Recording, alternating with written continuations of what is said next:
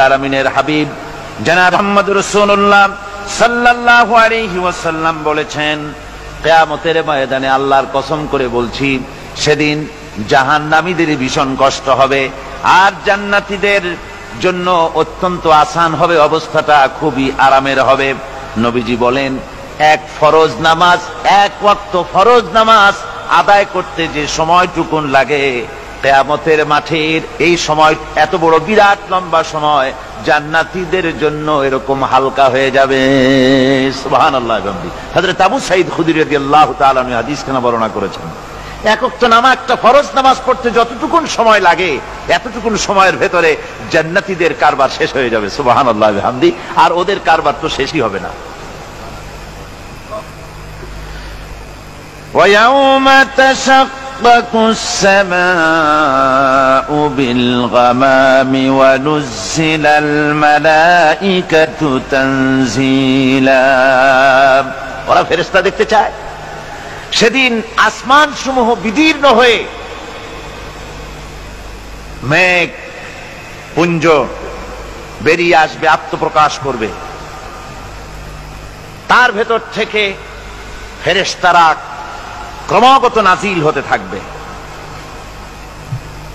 আর অবস্থাটাই হবে, আল মুলকু ইয়াউমাইযিনিল হাক্কু লির-রাহমান ওয়া কানা ইয়াওমান আলাল কাফিরিনা আসীরা।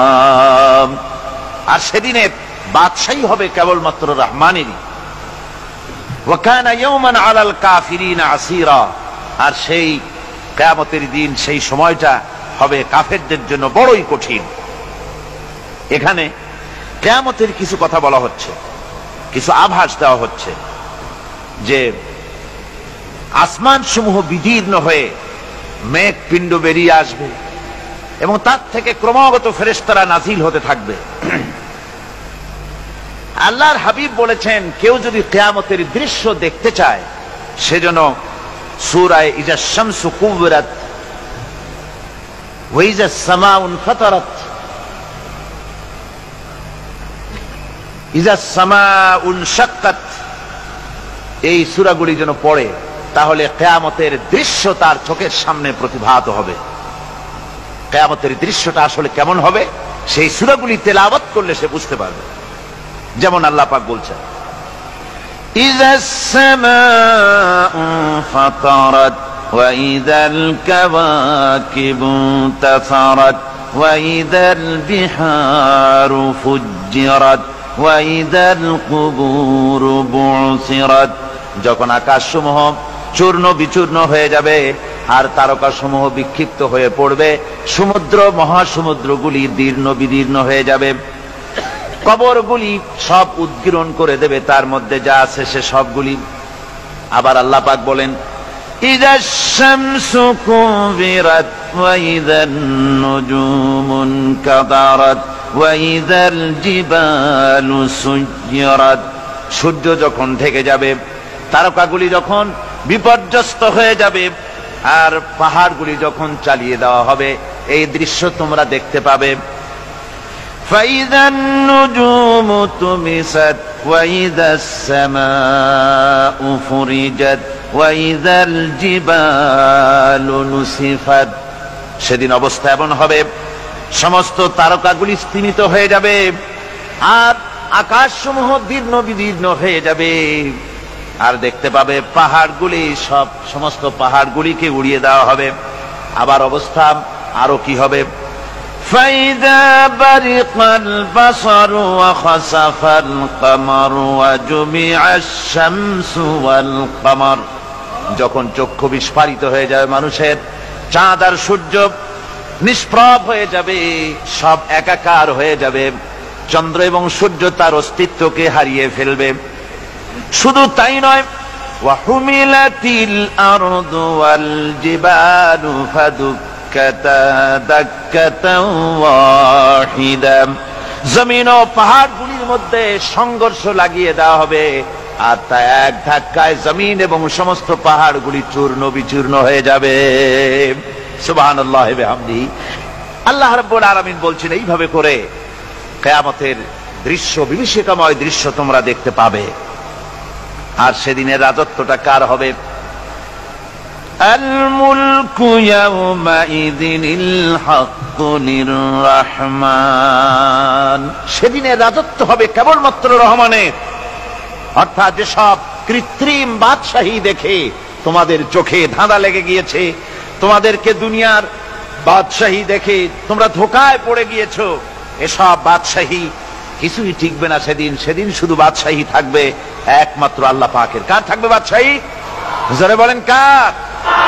আল্লাহ রাব্বুল আলামিন যখন কিছুই থাকবে না ঘোষণা করবেন লিমানিল মুলকুল ইয়াউম লিল্লাহিল ওয়াহিদুল কাহ্হার।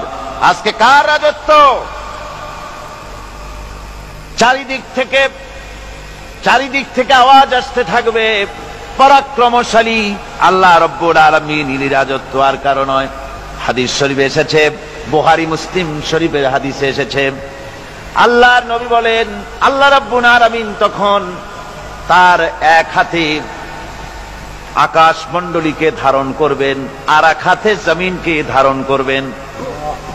আকাশ মণ্ডলী এক হাতে, জমিন এক হাতে। এভাবে আল্লাহ রাব্বুল আলামিন বলবেন আইনাল জাব্বারুন আইনাল মুতাকাব্বিরুন। কোথায় সেই স্বৈরাচারীরা? কোথায় সেই দুর্বিনীত অহংকারী স্বৈরাচার যারা আমার জমিনের উপরে, আমার মানুষের উপরে রাজত্ব চালিয়েছে? তারা আজকে কোথায়? কোথায় সেই অহংকারীরা? আল্লাহ পাক সেদিন যে বলবেন, সেদিন তো বলবেন, কিন্তু দুনিয়ার মাঝেও স্বৈরাচার যারা, অহংকারী যারা, তাদের শাস্তি পৃথিবীর বুকেও দেন। আর সেদিন তো দিবেনই।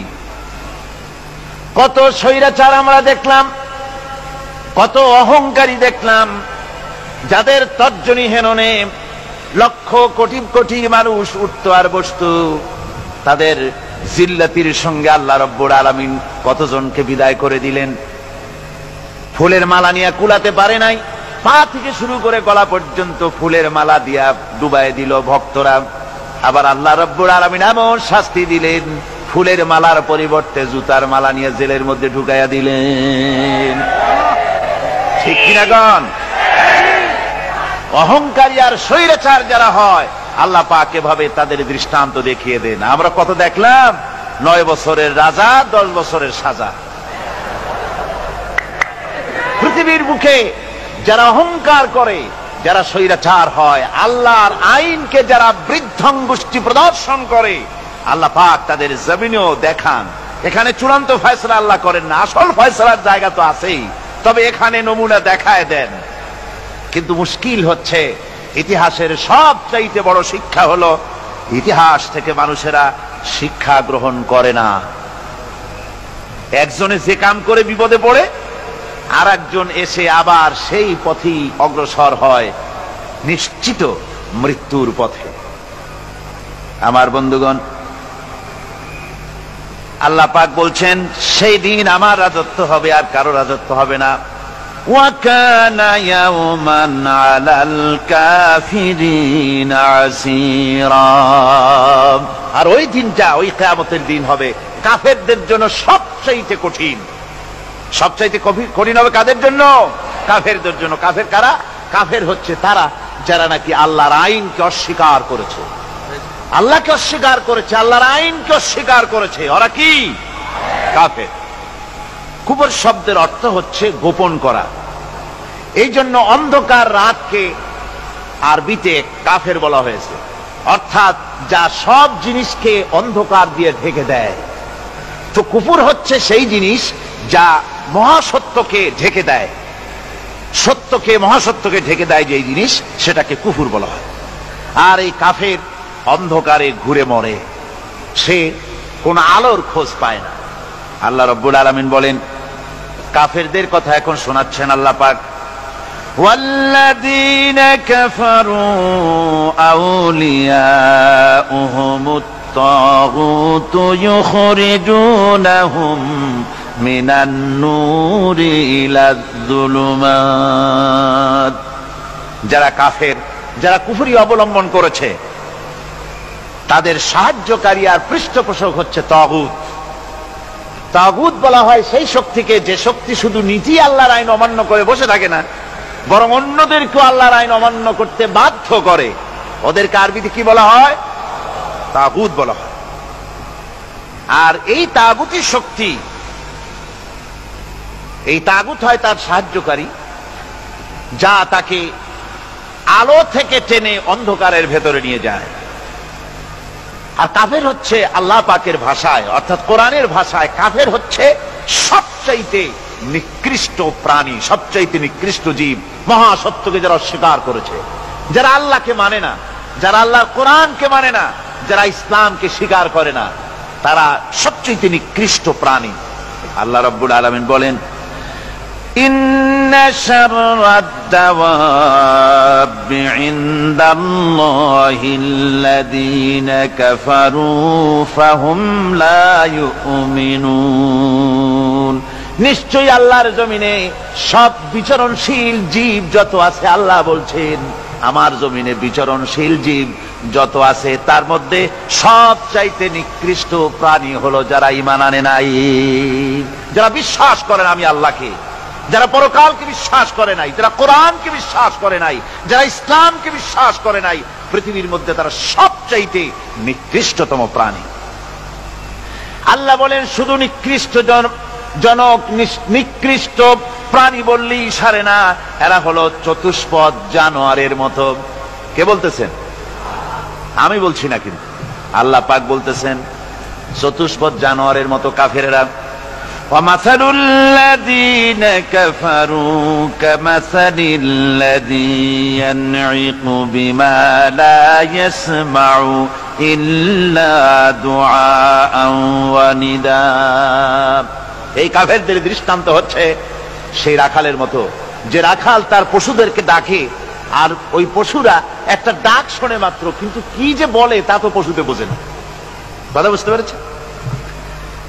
সুম্মুন বুকুমুন উমিয়ুন ফাহুম লা ইয়াকিলুন। এরা বোবা, এরা বধির, এরা অন্ধ, এ কারণেই কোনো কথা বোঝে না। এরা চতুষ্পদ জানোয়ারের চাইতেও নিকৃষ্ট। যাদেরকে আমি, আল্লাহ বলেন, যাদেরকে আমি চোখ দিলাম, চোখ থাকতে হক দেখলো না, সব দেখলো। হক দেখে নাই চোখ দিয়া, এই চোখ দিয়া সব দেখলো। নারীর সৌন্দর্য উপভোগ করলো, আর নারীর অঙ্গ প্রত্যঙ্গ নিয়ে নানা ধরনের গল্প লিখলো, কবিতা লিখলো, কিন্তু এই সৌন্দর্য যিনি দিলেন তারেও চিনল না। আছে না কত কবি আমাদের দেশে? আমার দেশের সেই কবি জাতীয় পুরস্কার পায় যে কবি নারীর বিশেষ বিশেষ অঙ্গ নিয়ে বেশি করে নির্লজ্জ কবিতা লিখতে পারে, ওই হলো সবচেয়ে বড় কবি। আমার বন্ধুগণ, একজন বুজুর্গ ব্যক্তি তিনি পথ দিয়ে যাচ্ছিলেন, তো সে পথে এক সুন্দরী যুবতী মেয়েকে দেখে সেই যুবতী মেয়ের দিকে এই বুজুর্গ ব্যক্তি এক নজরে তাকায় আছে। তখন এই ঘটনাটাকে কবি এভাবে লিখতেছেন সাজায়, একদা সুখদায়ক প্রমোদা বদন দর্শন করিব ঝরিল নয়ন, হেসে কহে সে রূপসী সবিস্ময় মন, কহ দেখি মহাশয় কহ কি কারণ, বিষয় বিরাগী তুমি ভুবনে প্রচার, কি হেতু জন্মিল তব মানস বিকার, সামান্য ললনা রূপ করি দর্শন, উচিত না হয় তব অশ্রু বরিশন। বুজুর্গ ব্যক্তি ওই মহিলার দিকে তাকিয়ে তাকিয়ে কাঁদতেছেন। সুন্দরী মহিলা বলেন, আল্লাহর বুজুর্গ বান্দা, আপনি এলাকার ভিতরে বুজুর্গ এবং পীর হিসাবে, বুজুর্গ ব্যক্তি হিসাবে আপনি বিখ্যাত। আজকে আমাকে এখানে দেখে আপনি আমার দিকে তাকায় আমার রূপ উপভোগ করতেছেন আর কাঁদতেছেন। আপনার মতো সংসার বিরাগী মানুষ আমার মতো একটা সুন্দরী মেয়েকে দেখে ভাবে কাঁদা ঠিক না। বুজুর্গ ব্যক্তি বলছেন, হেসে কহিলাম বালে করহ শ্রবণ, নেত্র ঝরে তবু হেতু ভেব না এমন, যে শিল্পী রচিল ওই সুধাংশু বদন, তাহার তরে ঝরে নেত্র নয়নে জীবন। ও আল্লাহর বান্দি, আমি তোমাকে দেখি কান্দি না, আমার চোখে পানি বেরিয়ে গেছে। তোমারে দেখে আমি মনে মনে ভাবলাম, এত সুন্দর করে যিনি মানুষ বানিয়েছেন, না জানি ওই আল্লাহ রব্বুল আলামিন কত বড় সুন্দর। আমার ভাইরা, সুতরাং চোখ থাকতে ওরা আল্লাহ রাব্বুল আলামিনের কুদরত ওরা দেখে নাই, কান থাকতে কোরআনের আওয়াজ ওদের কানের মধ্যে ঢোকে নাই, বিবেক থাকতে আল্লাহর দ্বীনকে বুঝতে পারে নাই, চিন্তা করতে পারে নাই। আল্লাহ রাব্বুল আলামিন বলেন, উলাইকা কাল্লানাম, এরা হলো চতুষ্পদ জানোয়ার, বালহুম আদাল, শুধু জানোয়ার না, জানোয়ারের চাইতেও নিকৃষ্ট। এমনই জানোয়ার, আল্লাহ বলেন শুধু জানোয়ার না, জানোয়ারের মতো শুধু খায় জনমের মতো।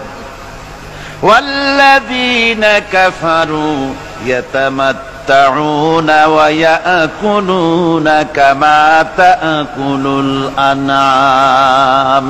এই কাফেরগুলির কাম শুধু ফুর্তি করা, গান বাজনা, নাটক, গল্প, এই সব কাজ তাদের। নামাজ নাই, রোজা নাই, আল্লাহর চিন্তা নাই, তাহাজ্জুদ নাই, পরহেজগারি নাই, শুধু গান আর নাচ। দেখেন না ফুর্তি। এই যে 1 জানুয়ারি রাত 12টার সময় আমার ঘুম ভেঙে গেল, এই যেখানে আমি ছিলাম, বিকট আওয়াজ। আমি মনে করলাম পাশের বাড়ি বুঝি ডাকাত পড়ছে।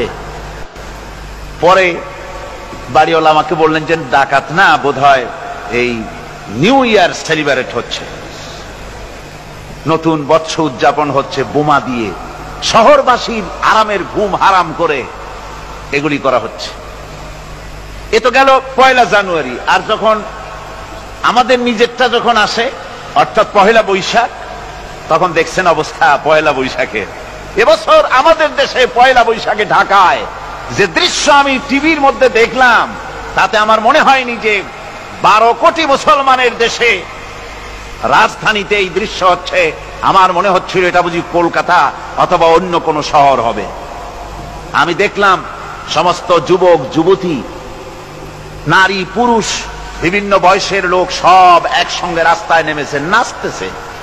তার মধ্যে বুদ্ধিজীবী আছে, শিক্ষিত লোক আছে, সমানে নাচতেছে। আর তাদের মুখোশ পরা, বানরের মুখোশ, কুকুরের মুখোশ, শূকরের মুখোশ, ঘোড়ার মুখোশ, পাপী শিয়ালের মুখোশ, এই মুখোশ পরে এভাবে নাচতেছে। আমি চিন্তা করলাম, নববর্ষের সাথে কুত্তার মুখোশের সম্পর্ক কি? নববর্ষের সাথে পাপী শৃগালের মুখোশের সম্পর্ক কি? তাহলে ওরা কি বলতে চায় যে আগামী বছরটা আমরা কুত্তার ভূমিকায় অ্যাক্টিং করব, অথবা শৃগালের মতো ধূর্তামি করব জাতির সাথে?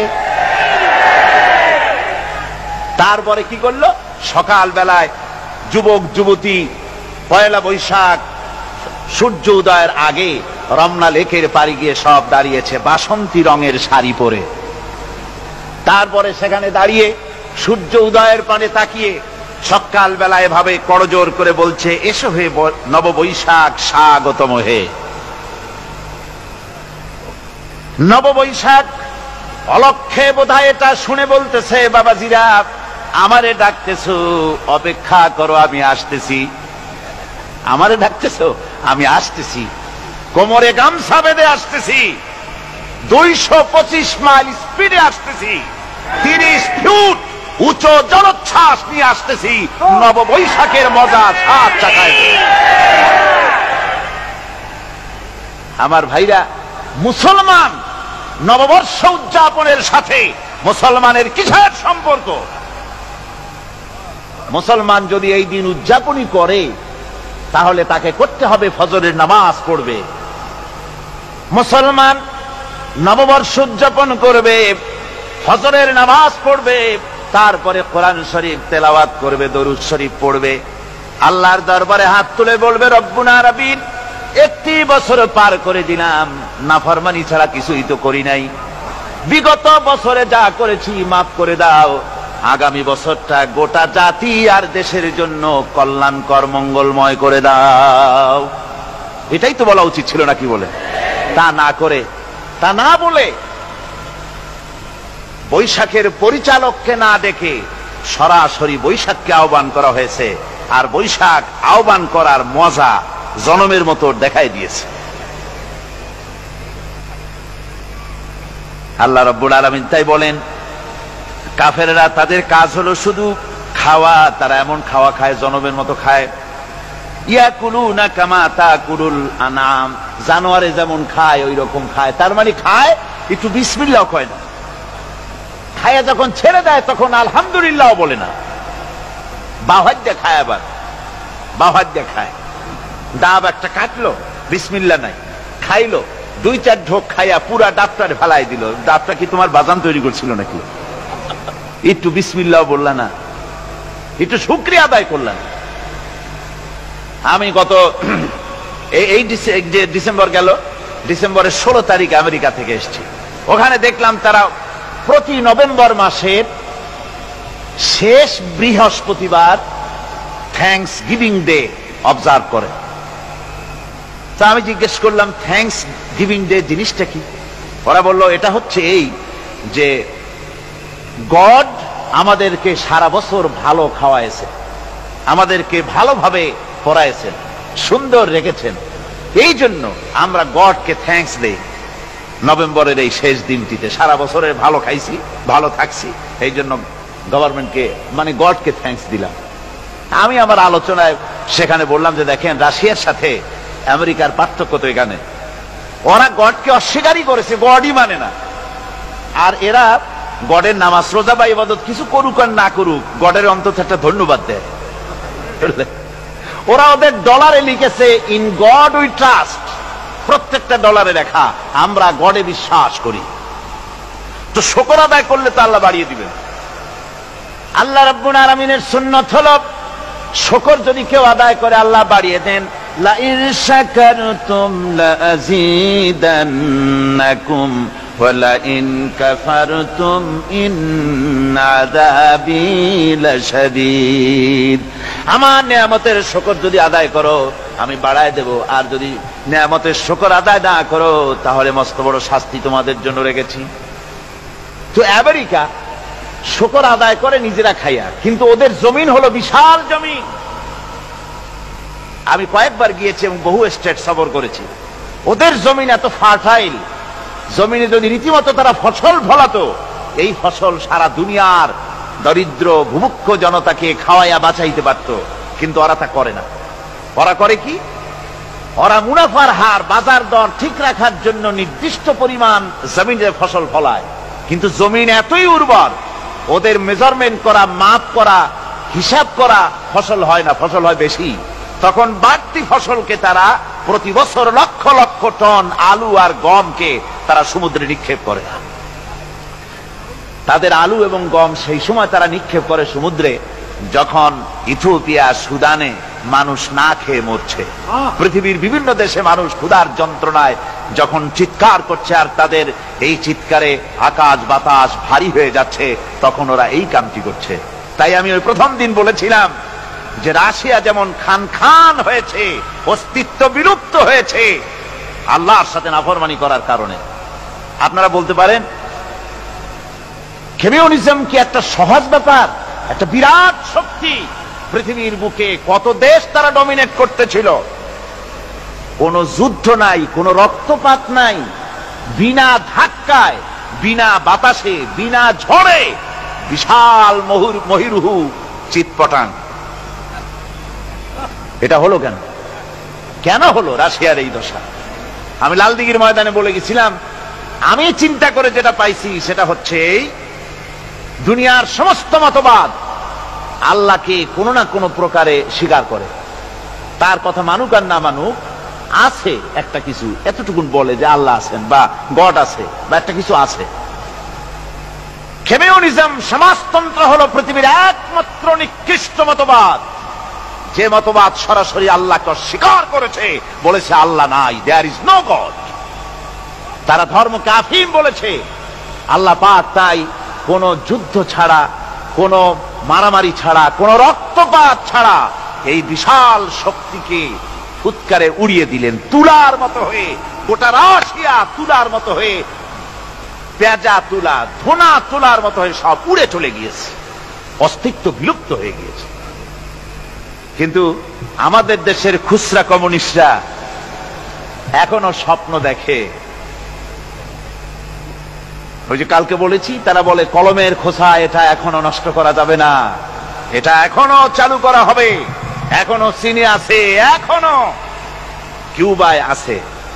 ওই কিউবা থেকে, চীন থেকে ফিদেল কাস্ট্রোর একটু আওয়াজ শোনে, চীন থেকে মিস্টার ব্যাং না কি জানি না, ব্যাং, এর আওয়াজ শোনে আর তাই মনে করে এ বুঝি সমাজতন্ত্রের বিজয়ের গান। না, চীন থেকে আর কিউবা থেকে যে আওয়াজ আজকে উঠতেছে, এই আওয়াজ সমাজতন্ত্রের বিজয়ের আওয়াজ নয়, এটা হলো সমাজতন্ত্রের মরণ যন্ত্রণার গোঙানির আওয়াজ।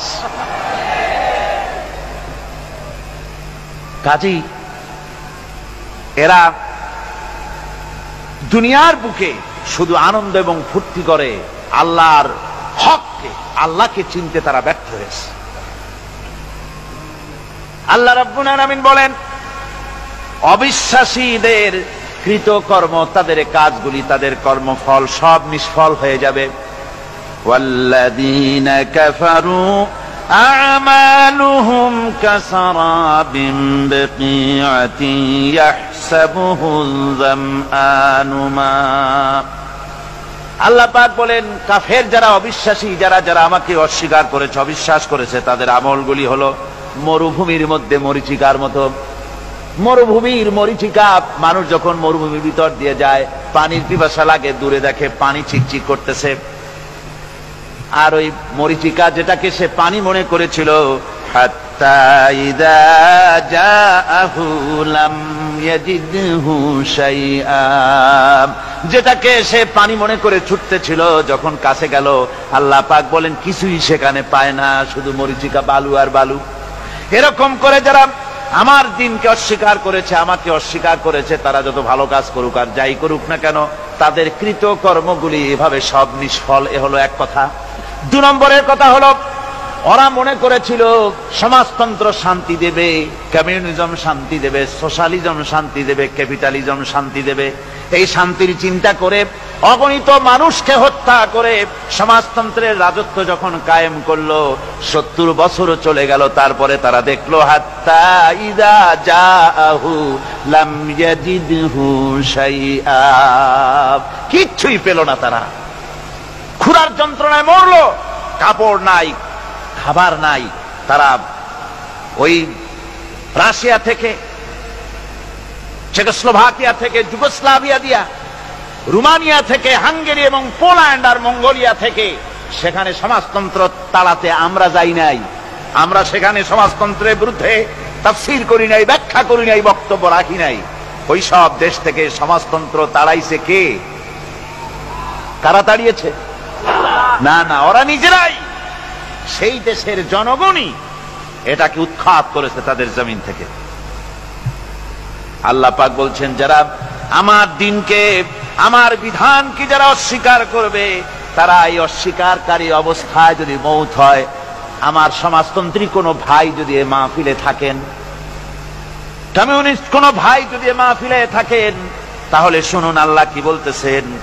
আল্লাহর দিনকে, আল্লাহর কোরআন, পূর্ণাঙ্গ জীবন বিধান, অর্থনীতি আছে, সমাজনীতি আছে, রাজনীতি আছে, কথা যারা বিশ্বাস করে না, কোরআনকে শুধুমাত্র নামাজ, রোজা, হজ, যাকাত আর বেহেশত দোজখ যারা মনে করে, জীবন ব্যবস্থা মনে করে না, এই অবস্থায় যদি মারা যায়, আল্লাহ রাব্বুল আলামিন বলেন, ইন্নাল্লাযীনা কাফারু ওয়া মাতু ওয়া হুম কুফফারুন উলাইকা আলাইহিম লানাতুল্লাহি ওয়াল মালাইকাতি ওয়ান নাসি আজমাইন। আল্লাহ রাব্বুল আলামিন বলেন, আমাকে অস্বীকার করার অবস্থায়, আমার দিনকে, বিধানকে অস্বীকার করার অবস্থায় যদি মৌত হয়ে যায়, তাহলে আল্লাহ, ফেরেশতা এবং তামাম পৃথিবীবাসীর অভিসম্পদ তার উপরে হতে থাকে, লানত হতে থাকে। খালিদিনা ফিহা লা ইউখাফফাফু আনহুমুল আযাবু ওয়া লা হুম ইউনজারুন। এই অভিসম্পদ অবস্থায় তারা সব সময় লিপ্ত থাকবে, না তাদের আযাবকে কমায় দেওয়া হবে, আর না তাদের কোন রকম অবকাশ দেওয়া হবে। এখন আরো মজবুত কথা আসতেছে, ওয়ায়াউমা ইয়া'উদ الظالم على يديه يقول يا ليتني اتخذت مع الرسول سبيلا। সেদিন জালেমেরা নিজেদের হাত কামড়াতে থাকবে। কোন দিন? বোঝেন না কথা? কোন দিন? কিয়ামতের দিন। কিয়ামতের দিন জালেমেরা নিজেদের হাত কামড়াতে থাকবে আর বলবে ইয়া লাইতানি ইত্তাখাযতু মা'আর রাসূলি সাবিলা।